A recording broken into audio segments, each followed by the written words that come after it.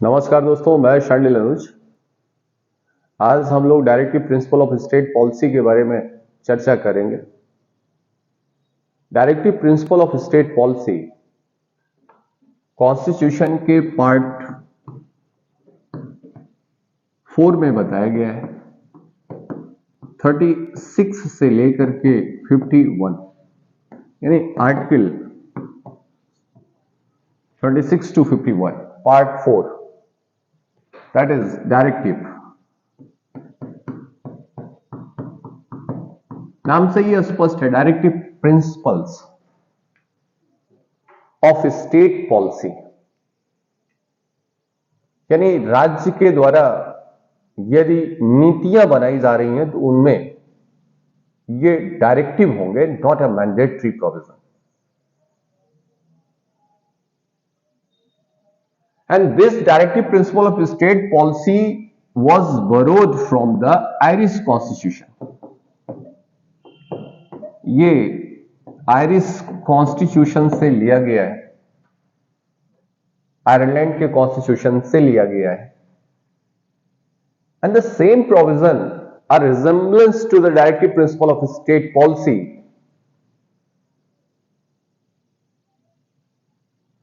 to the instructions of an instrument under the Government of India Act 1935, यानी भारत सरकार अधिनियम 1935 के जो इंस्ट्रक्शन ऑफ इंस्ट्रूमेंट थे वो directive principle of state policy के रिजेम्बलेंस में उसी के जैसे हैं।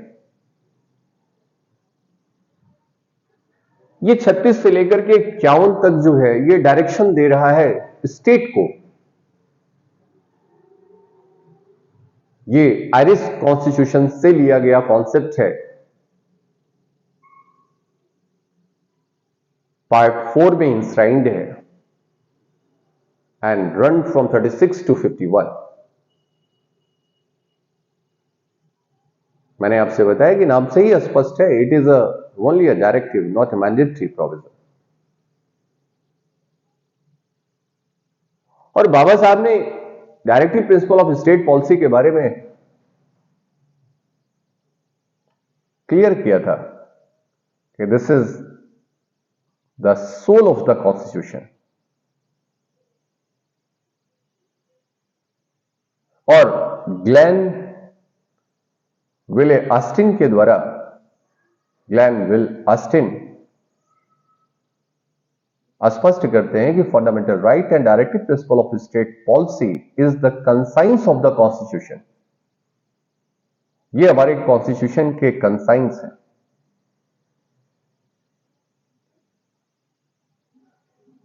और ये जो directive principle of state policy यहां पे बताए गए हैं, इसके अलावा भी कॉन्स्टिट्यूशन में अदर प्रोविजन है जहां पे स्टेट को डायरेक्शन दिया गया है।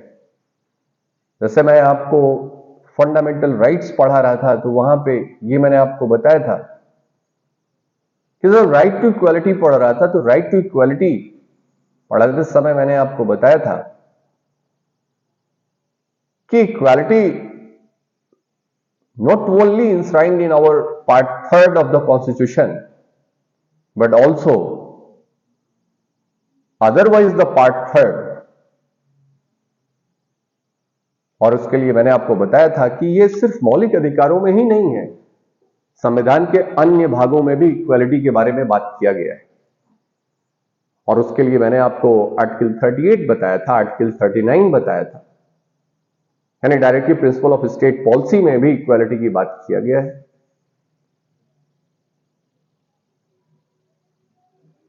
और उसी तरीके से मैं कह रहा हूं कि यहां पे जो डायरेक्शन की बात किया गया है, directive principle of state policy जो 36 से लेकर के 51 तक में बताया गया, 51 तक में बताया गया है, अदर प्रोविजन भी है जहां पे स्टेट को डायरेक्शन दिया गया है। तो initially directive principle of state policy जो इनकॉर्पोरेट किया गया, इसके पहले के कुछ हिस्ट्री देख लेते हैं, कुछ बैकग्राउंड्स देखते हैं। लेज़र फेयर का कॉन्सेप्ट था और लेजेस फेयर का कॉन्सेप्ट है अहस्तक्षेप की नीति।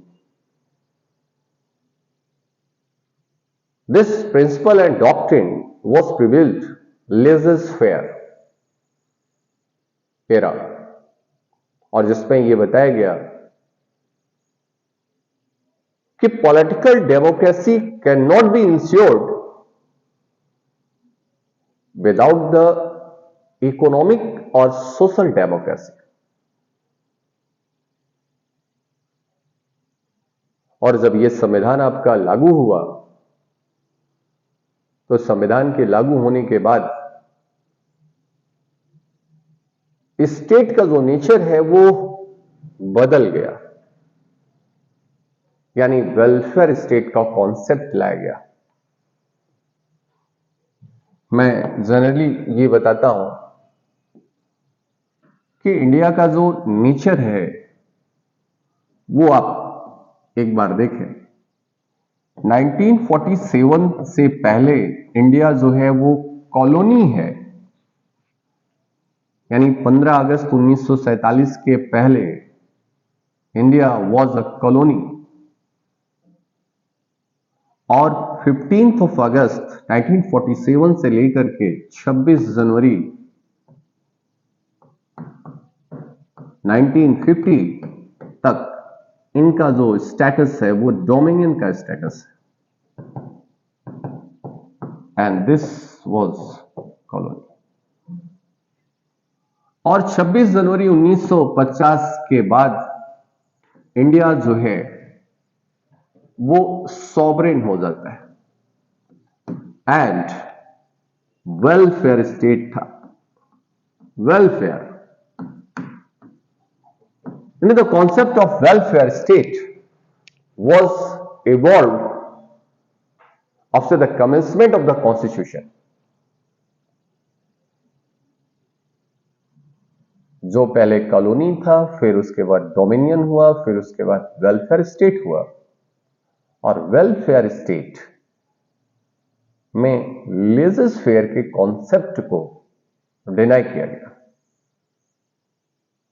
मैं सोशलिज्म जब पढ़ा रहा था समाजवादी व्यवस्था प्रियम्बल के, तो उसमें मैंने बहुत ही इलेबोरेटिव वे में इसके बारे में डिस्कस किया है। यदि आपको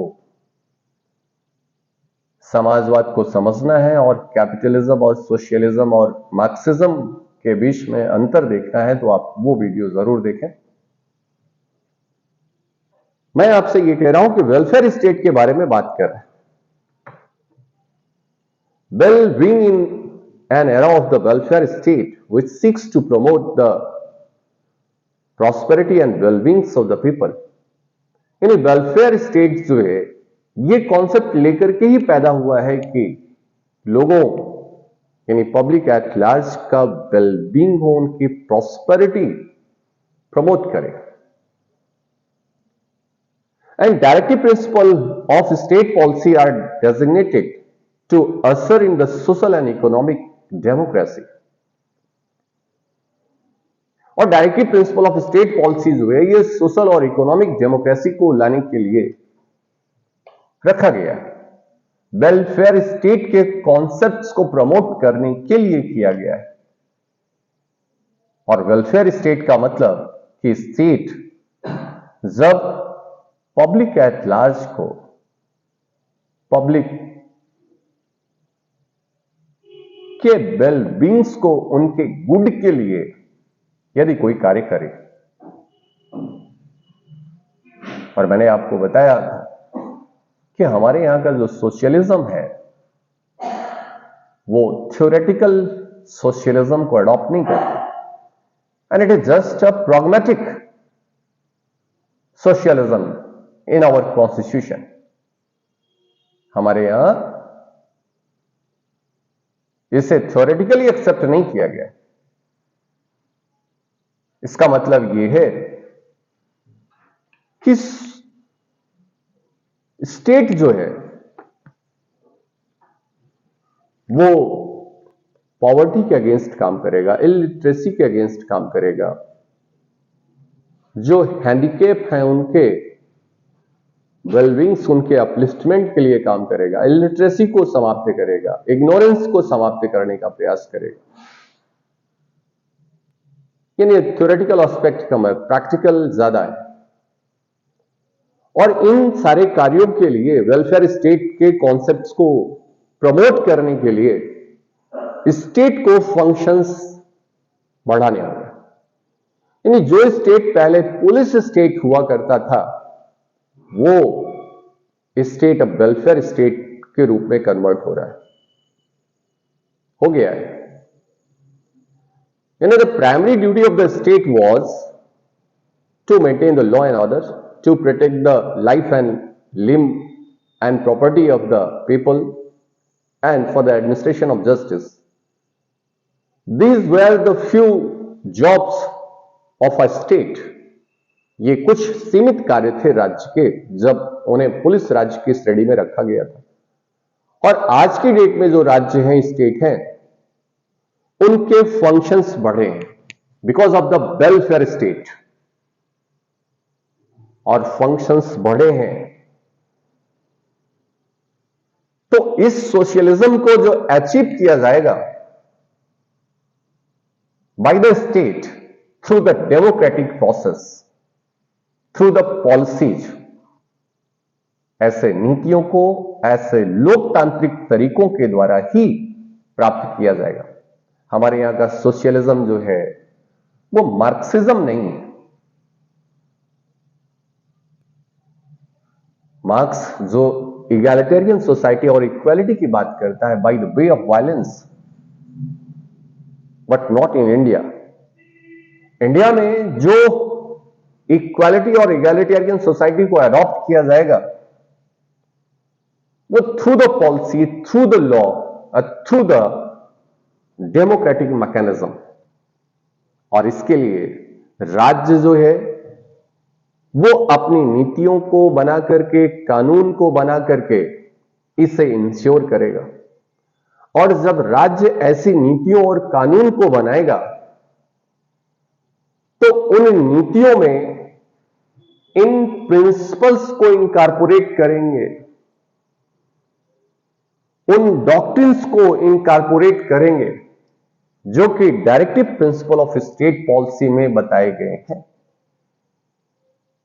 as per their resources.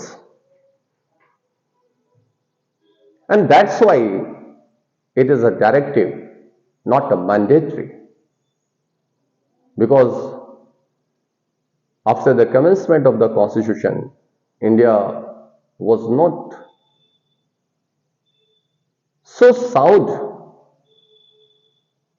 to enforce all the directions which were mentioned in our directive principle of state policy. और इसीलिए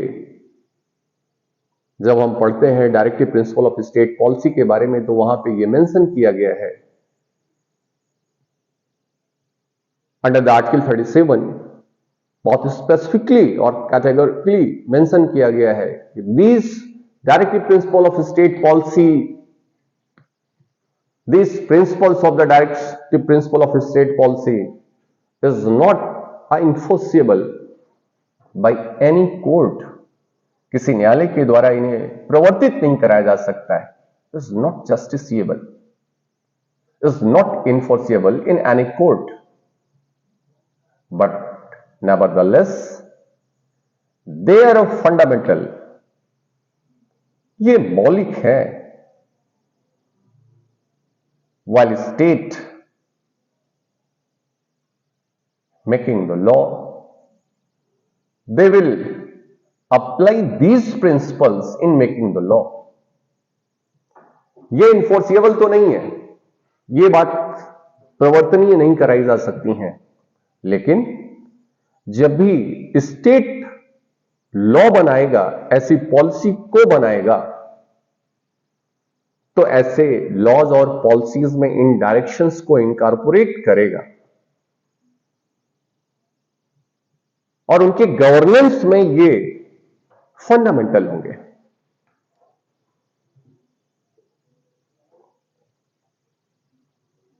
और स्टेट वर्ड यहां पे वो है, ये बात आर्टिकल 36 में बताया गया है कि स्टेट मीन्स which is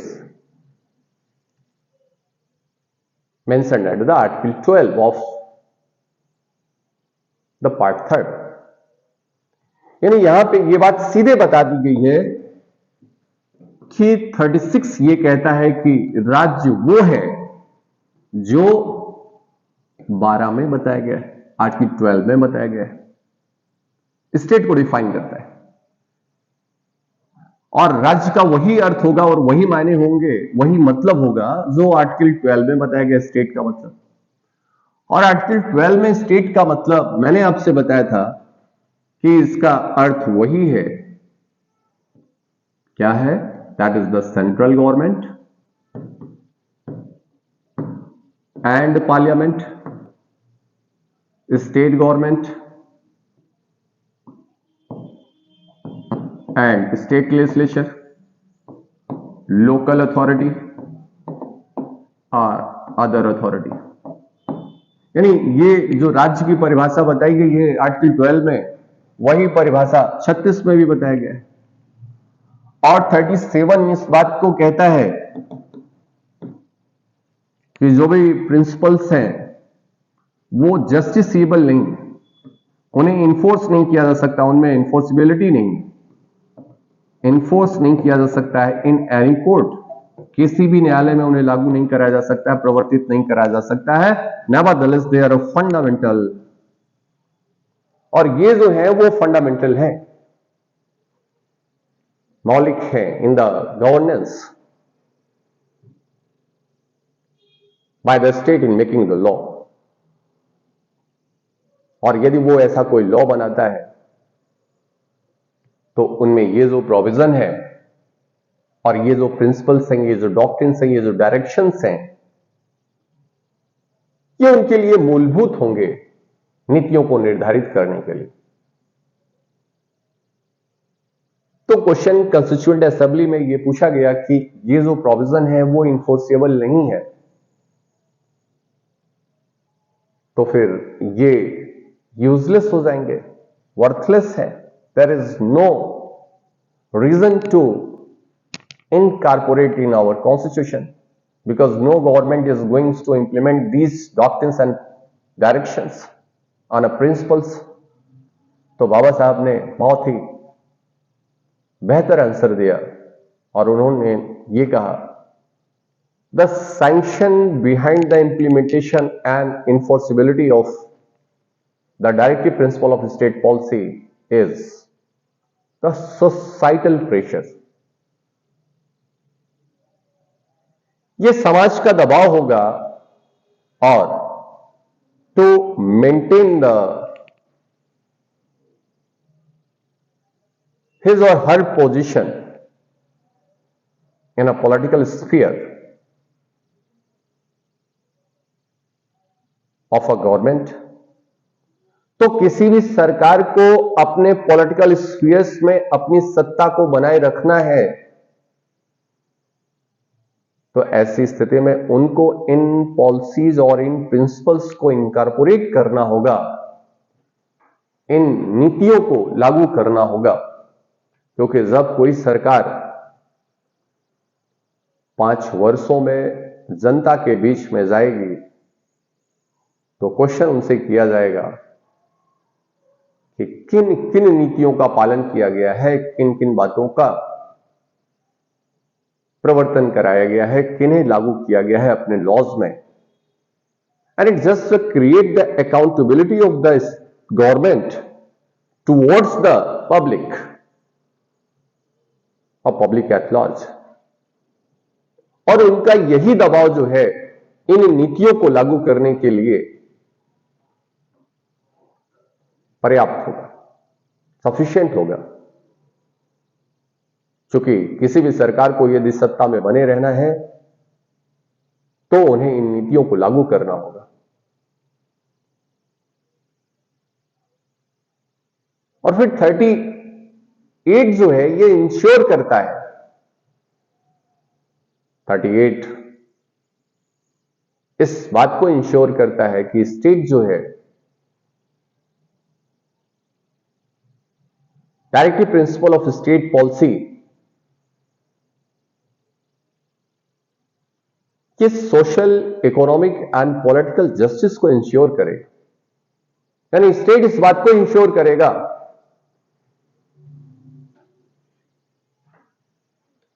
मैंने आपसे बताया कि बाबा साहब अगेन कहते हैं कि political democracy can not be sustained unless और until there is a social and economic democracy. यानी सोशल डेमोक्रेसी होनी चाहिए।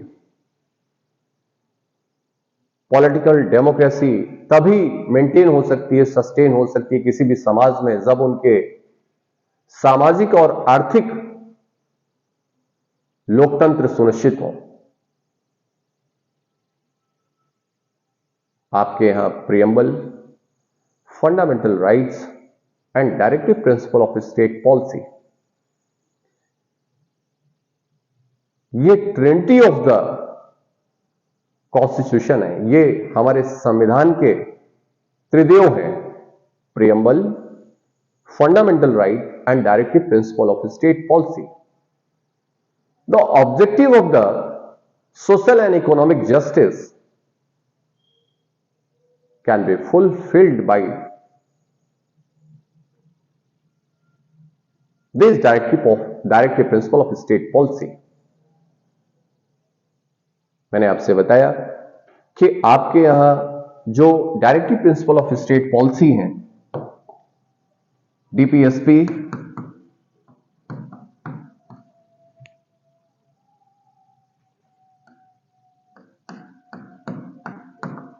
प्रियम्बल एंड फंडामेंटल राइट, ये त्रिदेव है, trinity of the constitution, known as the trinity of the constitution. इन्हें त्रिदेव बोला जाता है क्योंकि ये इंश्योर करते हैं और किसी भी गवर्नमेंट के द्वारा how or what in manner for what purposes they exercise their power, और इस बात को इंश्योर करते हैं कैसे, किस मैनर में, किस उद्देश्य के लिए they exercise their power, ये इंश्योर करता है हमारा directive principle of state policy. कैसे, किस तरीके से और किस उद्देश्य के लिए ऐसी सरकार जो है वो कार्य करेगी। And it just impose the positive obligations over the state. कि directive principle of state policy governments के ऊपर, सरकार के ऊपर, राज्य के ऊपर एक पॉजिटिव ऑब्लिगेशन इंपोज करता है। And for taking the positive action, positive obligation for taking the positive action under the several restraint. And here what is the restraint? That is the physical resources and material resources are the capacity of the state। उन बाध्यताओं के अधीन रहते हुए, उन संसाधनों के अधीन रहते हुए जो राज्य के पास है, उनके ऊपर एक पॉजिटिव ऑब्लिगेशन इंपोज करता है कि वो उन बाध्यताओं को पॉजिटिवली इन्फोर्स करे। And directive principle of state policy guided to exercise the legislative power but not control the same. यानी directive principle of state policy ये लेजिस्लेटिव पावर को गाइड करता है, कंट्रोल नहीं करता है। यानी आप लॉ बनाते समय, ऐसी स्कीम बनाते समय, अपनी ऐसी पॉलिसीज को बनाते समय स्टीयर किया जा रहा है कि you have to just keep in mind the direction and principles which is given under the directive principle of state policy. लेकिन आप अपने संसाधनों के अधीन रहते हुए ऐसा कार्य करेंगे, इसे रोका नहीं जा सकता, कंट्रोल नहीं किया जा सकता है। तो जब आपका संविधान पैदा हुआ 26 जनवरी 1950 को, तो directive principle of state policy जो थे, उसके बाद again 39A, 43A and 48A and 43B was inserted. ये अगेन नए आर्टिकल्स हैं जो ऐड किए गए आपके यहां. 39A 42nd Constitutional Amendment, 43A 42nd Constitutional Amendment, 48A 42nd Constitutional Amendment के द्वारा इन्हें इंसर्ट किया गया, ऐड किया गया. This one and this one, ये और 43B ये 42nd Constitutional Amendment के द्वारा और ये 97th Constitutional Amendment के द्वारा इन्हें लागू किया गया. ये नए directive principle of state policy है. एंड 85th कॉन्स्टिट्यूशनल अमेंडमेंट के द्वारा 45 को सब्स्टिट्यूट किया गया, प्रतिस्थापित किया गया 45th आर्टिकल्स को. ये 45वां जो आर्टिकल था directive principle of state policy, हम वन बाय वन सारे पढ़ेंगे. मैं सिर्फ आपको कुछ प्रीलिम्स के पॉइंट ऑफ व्यू से कुछ चीजें आपको इंश्योर करा रहे हैं यहां पे. ये फ्री लीगल एड के बारे में बात कर रहा है, ये मैनेजमेंट्स के बारे में बात करता है और ये एनवायरमेंट के प्रोडक्शंस के बारे में बात करता है. 43B जो है ये कोऑपरेटिव सोसाइटी के बारे में बात कर रहा है. और ये कब आए हैं ये इनके बारे में बता दिया मैंने आपको. ये जो नए directive principle of state policy है after the commencement of the constitution, जिसे अमेंड करके लाया गया है, उनके बारे में ये बात बताई.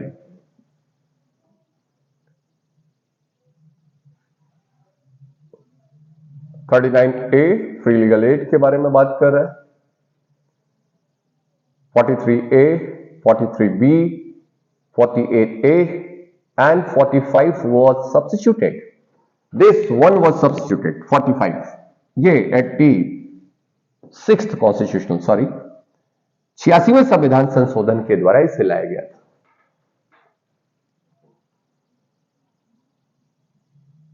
और मैं आपसे बताया कि ऐसे कुछ अदर डायरेक्शंस हैं जहां पे डायरेक्शंस दिए गए हैं आपको, जो अदर देन पार्ट 4 है. And you must also know that provision through 335A, 335 not A, 335, 350A ये डायरेक्शन सीख किया गया है यहां पे. और आप 335 में लास्ट लेक्चर में, यानी लास्ट जो पिछले लेक्चर्स हैं उनमें, पुराने जब मैं रिजर्वेशन पढ़ा रहा था तो वहां पे ये बताया था कि स्टेट जो है वो क्वालिफाइंग मार्क्स को कम कर सकता है, लेकिन उनके ऊपर एक डायरेक्शन ये है कि just always keep the minds the efficiency of the administration. यानी क्वालिफाइंग मार्क्स को जब आप कम करते जा रहे हो तो आप इस बात की एफिशिएंसी ऑफ द एडमिनिस्ट्रेशन को माइंड में रखोगे. यानी ऐसा नहीं है कि आप रिजर्वेशन के नाम पर क्वालिफाइंग मार्क्स को घटाते हुए चले जाइए. You must keep in mind administration of just administration of efficiency of the administration जो है वो मेंटेन होना चाहिए. And it is a directions over the state, and again the instructions in the mother tongue and developments of the Hindi language. 351, 350A instruction in a mother tongue, development of Hindi language 351. ये जो provision है आपके, ये 351 में ये भी directive है और ये स्टेट के ऊपर इंपोज किए गए. तो directive principle of state policy जो यहां है, इसके अलावा भी कुछ और भी directive principle of state policy है, जैसे स्टेट को माइंड में रखना होगा, ध्यान में रखना होगा इस बात को।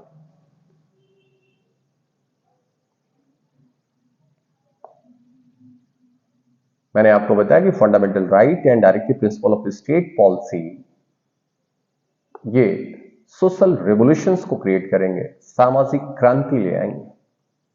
और preamble, fundamental right and directive principle of state policy is the trinity of our constitution. ये त्रिदेव हैं हमारे। और फिर मैंने आपको बताया कि directive principle of state policy हमारी सोशल एंड इकोनॉमिक जस्टिस को इंश्योर करेगी। और जब तक सोशल और इकोनॉमिक जस्टिस इंश्योर नहीं होगी, डेमोक्रेसी इंश्योर नहीं होगी, तब तक पॉलिटिकल डेमोक्रेसी की कल्पना भी नहीं की जा सकती है। बाबा साहब ने स्पष्ट किया था। क्वेश्चन ये है, मैं अभी प्रोविजन पे नहीं जा रहा हूं, मैं एक सामान्य बातें आपसे बात कर रहा हूं, एक इंट्रो क्लास के तौर पे। We will just deal one by one. तो क्या होगा if there is a conflict between the fundamental right and directive principle of state policy? Directive principle of state policy और फंडामेंटल राइट्स के बीच में यदि कोई कंफ्लिक्ट हो रहा है तो which will prevail? तो after the commencement of the constitution ये कवायद स्टार्ट हो गई। This is the fundamental right and this is a directive principle of state policy under the part 3rd and under the part 4। This one is 12 to 35 and this one is 36 to 51। ये सामान्य बातें हैं आपकी। लेकिन यदि fundamental right और directive principle of state policy के बीच में यदि कोई कंफ्लिक्ट होता है, यानी इनके बीच में विवाद हो जाए, ये बनाम में आ जाए, तो कौन प्रिवेल करेगा? वेदर द फंडामेंटल राइट और directive principle of state policy? तो पहली बार ये संविधान के लागू होने के बाद ही चैलेंज हो गया। And the case was Champakam Dorai Rajan.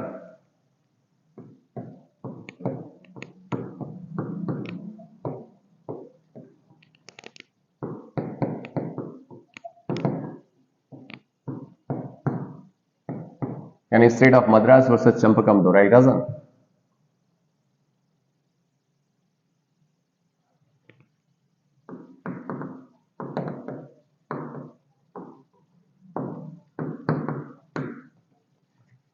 मैं थोड़ा सा स्लो पढ़ाता हूं, यदि आपको चीजें क्लियर हो रही हैं तो आप स्पीड बढ़ा करके इसे देख सकते हैं, टाइम आपका रिड्यूस हो जाएगा। लेकिन इनमें बहुत सारे ऐसे भी लोग हैं जो चीजों को समझना चाहते हैं, दैट्स वाई मैं पेस में लेके चलता हूं, स्लो पेस में। तो मैंने आपसे कहा कि state of Madras versus Champakam Dorai Rajan के केस में ये पहली बार चैलेंज हुआ और यहां पे आर्टिकल 46 को लागू किया गया। और ये केस मैं डिस्कस कर चुका हूं रिजर्वेशन में। वंस अगेन मैं आपसे ये बताता हूं कि यहां पे 46 और आर्टिकल 46 जो है वो वीकर सेक्शन के एडवांसमेंट के बारे में बात कर रहा है, और जो इकोनॉमिकली एंड एजुकेशनली जो वीकर सेक्शंस हैं, जो एससी हैं और एसटी हैं, उनके प्रमोशंस को इंश्योर करेगा स्टेट। और स्टेट उन्हीं को इंश्योर करने के लिए एक कम्युनल ऑर्डर, यानी स्टेट ऑफ मद्रास ने एक कम्युनल ऑर्डर पास किया था जो मेडिकल और इंजीनियरिंग कॉलेज में रिजर्वेशन लागू किया था। And this reservation was challenged in this case. और यहां पे ऑनरेबल सुप्रीम कोर्ट के द्वारा उस कम्युनल ऑर्डर को अनकॉन्स्टिट्यूशनल डिक्लेयर किया था, क्योंकि ये वायलेट किया था 29 के क्लॉज 2 को, और जहां पे ये बताया गया था 29 के क्लॉज 2 में ये बात स्पष्ट कर दी गई थी। मैं आपको एजुकेशनल एंड कल्चरल राइट के बारे में बताया था और वहां पे बताया था कि यदि स्टेट फंड से कोई एडेड या स्टेट फंड से रिसीव करने वाला कोई एजुकेशनल इंस्टीट्यूट है तो रेस के आधार पर, रिलीजन के आधार पर, कास्ट के आधार पर, लैंग्वेज के आधार पर ऐसे एजुकेशनल इंस्टीट्यूट में एडमिशन के संबंध में धर्म के आधार पर, जाति के आधार पर, भाषा के आधार पर कोई भेदभाव नहीं करेगा। जबकि जो ये कम्युनल ऑर्डर पास किया गया था वो धर्म के आधार पर था। Non Hindu Brahmins, SC, ST, caste के आधार पर और रिलीजन के आधार पर ये डिस्क्रिमिनेशन किया गया था, सीटों को रिजर्व किया गया था। That's why. और यहां पे ऑनरेबल सुप्रीम कोर्ट के द्वारा ये कहा गया कि article 46 that is comes with in the directive principle of state policy, और ये जो है वो फंडामेंटल राइट में आता है। और जब आप directive principle of state policy पढ़ते हैं तो अभी भी जस्ट मैंने आपको पढ़ाया कि आर्टिकल 37 कहता है कि directive principle of state policy is not justiciable, is not enforceable. ये इन्फोर्सिएबल नहीं है। और directive principle of state policy के प्रोविजन को फंडामेंटल राइट्स के ऊपर लागू नहीं किया जा सकता है, क्योंकि it is a very clear the intention was very clear. ये इंटेंशन क्लियर था और वहां पे ये स्पष्ट किया ऑनरेबल सुप्रीम कोर्ट ने कि फ्रेमर ऑफ द कॉन्स्टिट्यूशन इस प्रोविजन को इन्फोर्सेबल बाय लॉ बनाए हैं और इसे नॉन इन्फोर्सेबल बनाया गया है। तो the provision which is not enforceable can not override the provision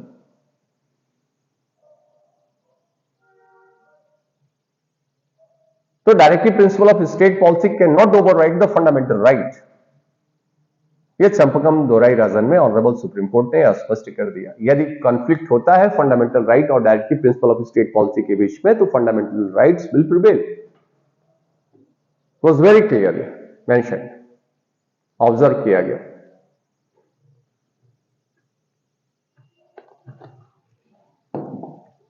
और फिर मैं अभी सारे प्रोविजंस आपको वन बाय वन आर्टिकल्स में पढ़ाऊंगा। मैं सिर्फ उनके रिलेशंस बता रहा हूं कि फंडामेंटल राइट और directive principle of state policy के बीच में रिलेशंस क्या है, कौन प्रिवेल करेगा, ये बातें हम आपसे कर रहे हैं। तो बीच में 25वां संविधान संशोधन लाया गया, 25th कॉन्स्टिट्यूशनल अमेंडमेंट, और वहां पे 31C को जोड़ा गया। 31C was added by the 25th constitutional amendment, और इसमें प्रोविजन किया गया कि यदि, और उसमें बता दिया गया है सेविंग द लॉज, ऐसे लॉ जो directive principle of state policy को लागू करने के लिए लाए गए हैं, उन लॉ को सेव करता है 31C, जो कि directive principle of state policy को एनफोर्स करते हैं। तो 31C इस बात को कह रहा है, इसमें दो बातें बताई गई। पहला this one and this one, दो बातें। पहली चीज, यदि स्टेट के द्वारा यदि ऐसा कोई लॉ बनाया जाता है जो 39 स्मॉल b और c, मैं आपको अभी बता दे रहा हूं थोड़ा सा समझने के लिए कि 39A से लेकर के F तक का प्रोविजन है, और ये 39 ये कैपिटल A है, ये फ्री लीगल एड की बात करता है, और 39 में आपका A से लेकर के F, स्मॉल a से लेकर के F तक का प्रोविजन है। हम पढ़ेंगे आर्टिकल में इसके बारे में। और यहां पे सिटीजन्स के, मेंस के और वुमेन्स के बीच में समानता की बात करता है। 39B जो है वो स्पष्ट करता है कि ऐसे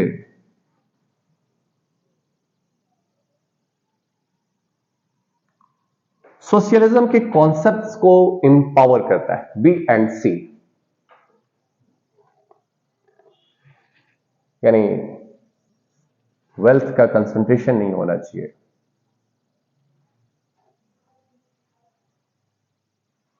जो फिजिकल और मटेरियल रिसोर्सेस हैं उनका कंसंट्रेशन नहीं होना चाहिए।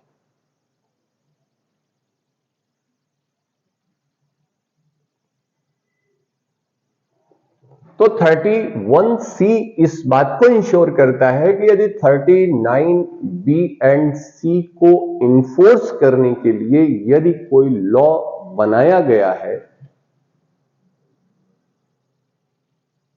तो भले ही वो लॉ आर्टिकल 14 को या आर्टिकल 19 को वायलेट करे, यानी right to equality, equality before the land, equal protection of law and freedom of, जो राइट्स आपके 19 में इंस्क्राइब्ड हैं उनको यदि वायलेट करता है। कौन सा लॉ? ऐसा लॉ जो 39B और C को लागू करने के लिए, इन्फोर्स करने के लिए बनाया गया है। क्या? ऐसा लॉ। तो ये जो लॉ है भले ही क्या करता है, ये 14 और 19 का वायलेशन करेगा तो भी ये लॉ जो है वो प्रिवेल करेगा, प्रिवेल करेगा। इसका मतलब कि ये बात 31C में इंश्योर किया गया by the 25th constitutional amendment कि when the state makes any law to implement the provision under the Article 39B and C, भले ही वो प्रोविजन आपके आर्टिकल 14 और 19 को वायलेट करता है, in spite of this law will prevail. It means the directive principle of state policy will prevail. ये prevail करेगा। ये 25th कॉन्स्टिट्यूशनल अमेंडमेंट में बताया गया। और इसका दूसरा जो प्रोविजन है 31C का, वो ये था कि ऐसा जो लॉ बनाया जाएगा, this will not call in a question और चैलेंज इन एनी कोर्ट। किसी भी कोर्ट में इसे चैलेंज नहीं किया जाएगा। And this 25th constitutional amendment was challenged. ये 25वां संविधान संशोधन जो 1971 में किया गया था, इसे चैलेंज किया गया केशवानंद भारती की केस में। यानी 25th constitutional amendment was challenged. 25वां संविधान संशोधन जो है वो चैलेंज किया गया केशवानंद भारती की केस में। और केशवानंद भारती की केस में इस बात को, यानी क्लास 1 को कॉन्स्टिट्यूशनल डिक्लेयर किया गया। But the clause 2, in which there was a provision, no law can be challenged before the court, was made unconstitutional. यानी केशवानंद भारती की केस में क्लॉज 1 को कॉन्स्टिट्यूशनल बनाया गया और क्लॉज 2 को अनकॉन्स्टिट्यूशनल किया गया। यानी ये बात क्लियर हुई केशवानंद भारती की केस में कि 39B और C के आधार पर यदि कोई लॉ बनाया गया है तो भले ही वो आर्टिकल 14 और 19 को वायलेट करेगा, फिर भी वो प्रिवेल करेगा। ये बात संवैधानिक है।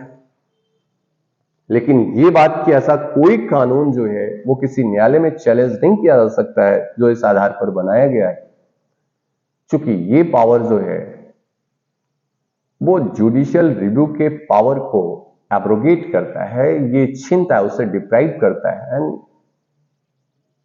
तो ऐसी स्थिति में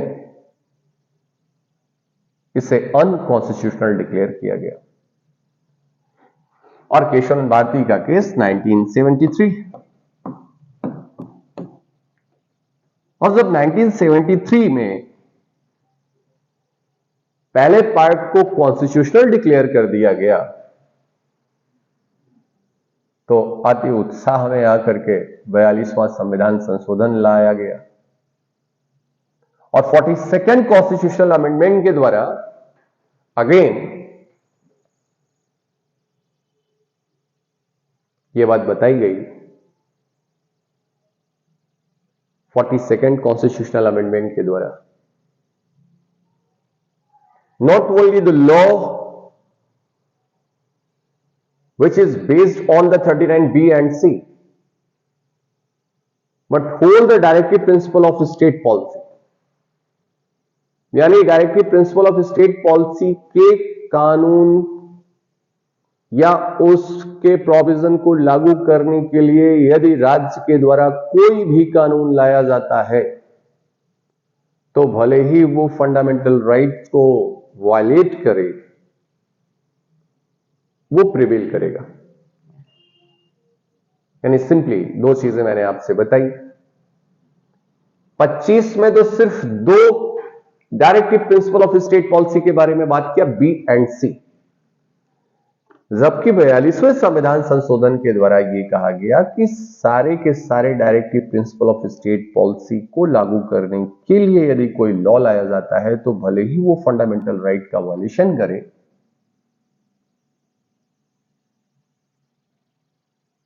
वो प्रिवेल करेगा। And this 42nd constitutional amendment was again challenged in Minerva Mills versus Union of India। 42वें संविधान संशोधन को चैलेंज किया गया मिनर्वा मिल्स में, और मिनर्वा मिल्स में इस बात को आउटराइटली जो है वो डिनाई कर दिया गया कि फंडामेंटल राइट और directive principle of state policy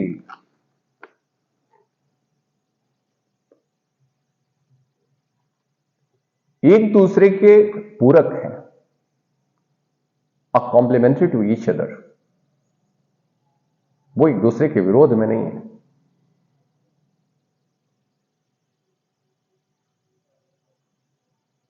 और हार्मोनियस कंस्ट्रक्शंस को लागू किया जाना चाहिए,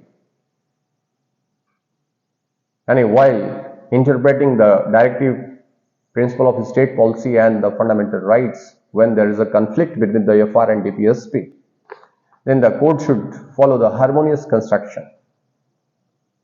और harmonious construction means what? यानी समन्वयकारी, दोनों के बीच में समन्वय स्थापित करने का प्रयास किया जाना चाहिए, ना तो एक को समाप्त करने का और ना ही दूसरे को उठाने का प्रयास किया जाना चाहिए।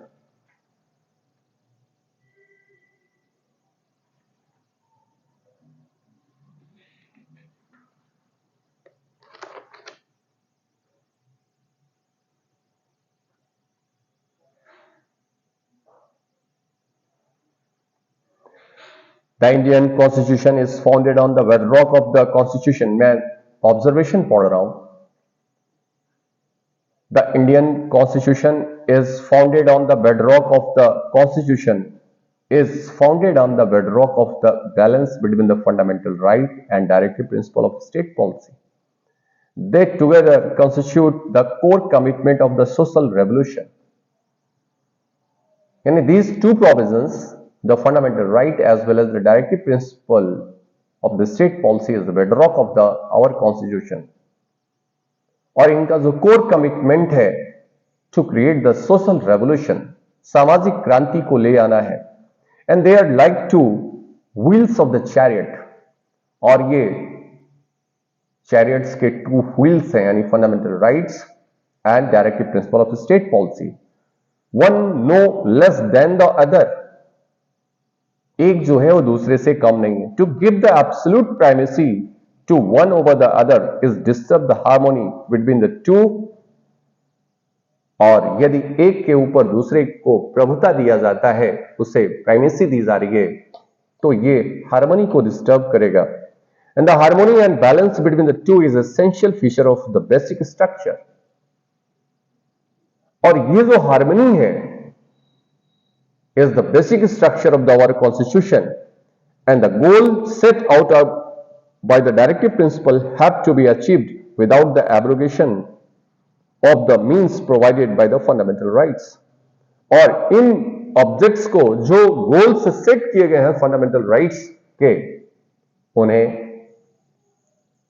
Directive principle of state policy के द्वारा जो गोल सेट किए गए हैं उन्हें अचीव किया जाना चाहिए without the abrogation of the fundamental rights.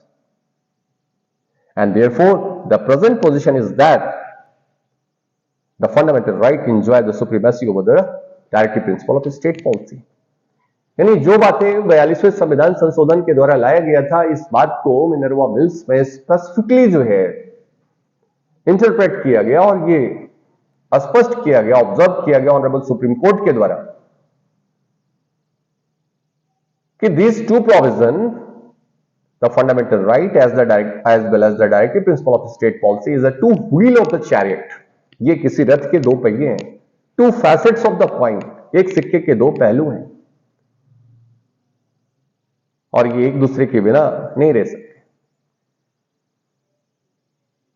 एक को दूसरे के ऊपर प्रभुता देना, it just disturb the social harmony.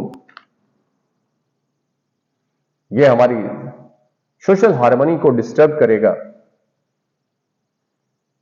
और इनमें जो गोल्स बताए गए हैं, जो उद्देशिका बताई गई है, जो डायरेक्शंस दिए गए हैं, ये बिना फंडामेंटल राइट्स को अफेक्ट किए हुए इन्हें लागू किया जाना चाहिए. अर्थात फंडामेंटल राइट्स को एब्रोगेट नहीं किया जा सकता है, सप्रेस नहीं किया जा सकता है. और directive principle of state policy can not override the fundamental rights. The present situation is this. तो इन प्रावधानों को लागू करने के लिए फंडामेंटल राइट्स को एब्रोगेट नहीं किया जा सकता है. But today the trend is,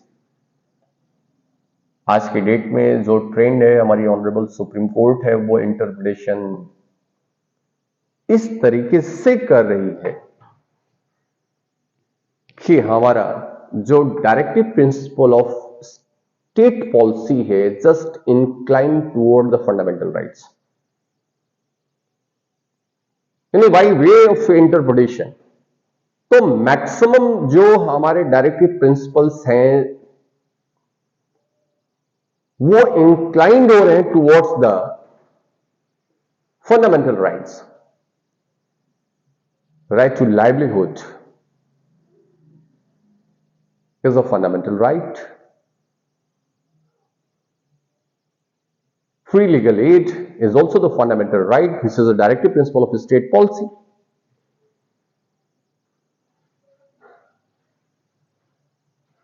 Right to work, जो directive principle of state policy है. राइट टू शेल्टर, जो स्टेट के ऊपर ऑब्लिगेशंस है, उन्हें इंटरप्रेट किया जा रहा है as a fundamental right. And the maximum directive principle of state policy is converted to the fundamental rights, they become enforceable. 42वें संविधान संशोधन के द्वारा 48 ए जोड़ा गया और जिसमें एनवायरमेंट के प्रोटेक्शंस के लिए बात की गई 1976 में. और एनवायरमेंट का प्रोटेक्शन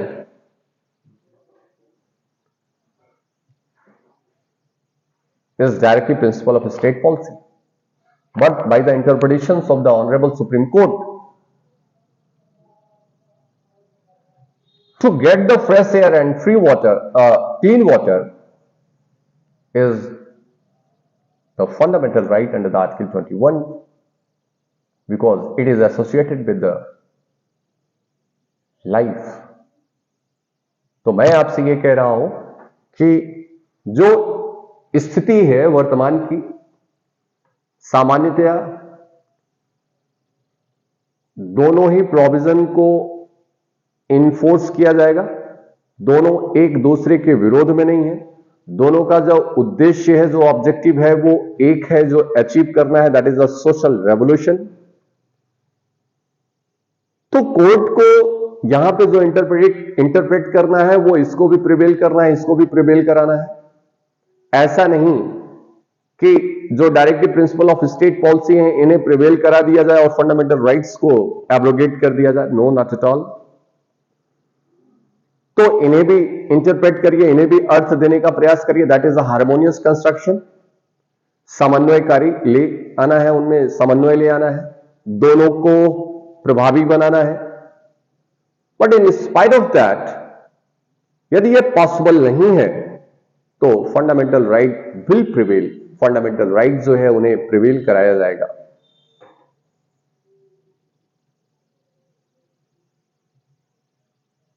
मैंने आपसे बताया कि इनका जो ऑब्जेक्टिव है वो भी सेम है, ये दोनों आधार हैं सामाजिक क्रांति को लाने का। तो प्रेजेंट ट्रेंड जो है, यदि कॉन्फ्लिक्ट है तो दोनों को लागू कराने का प्रयास किया जाएगा और यदि संभव नहीं है तो फंडामेंटल राइट प्रिवेल करेगा। और प्रेजेंट ट्रेंड मैं बता रहा हूं कि हमारी ऑनरेबल कोर्ट जो है directive principle of state policy को मैक्सिमम वो इंटरप्रेट कर रही हैं और उसे कन्वर्ट कर रही हैं एज अ फंडामेंटल राइट। जैसे राइट टू एजुकेशन, आर्टिकल 45 में जो एजुकेशन की बात किया गया, उससे right to education is a fundamental right, ये डिक्लेयर किया गया हमारी ऑनरेबल सुप्रीम कोर्ट के द्वारा। और 21A में 86th कॉन्स्टिट्यूशनल अमेंडमेंट के द्वारा इसे फंडामेंटल राइट डिक्लेयर किया गया। इसी तरीके से फ्री लीगल एड के बारे में बात कर रहा हूं। फ्री लीगल एड जो directive principle of state policy में है और वही आर्टिकल 21 के अंतर्गत fundamental right. Equal pay for equal work जो directive principle of state policy में है, that becomes the fundamental right under the article 21। जो एनवायरमेंट प्रोटेक्शन 48 में directive principle of state policy है, become the fundamental right under the article 21।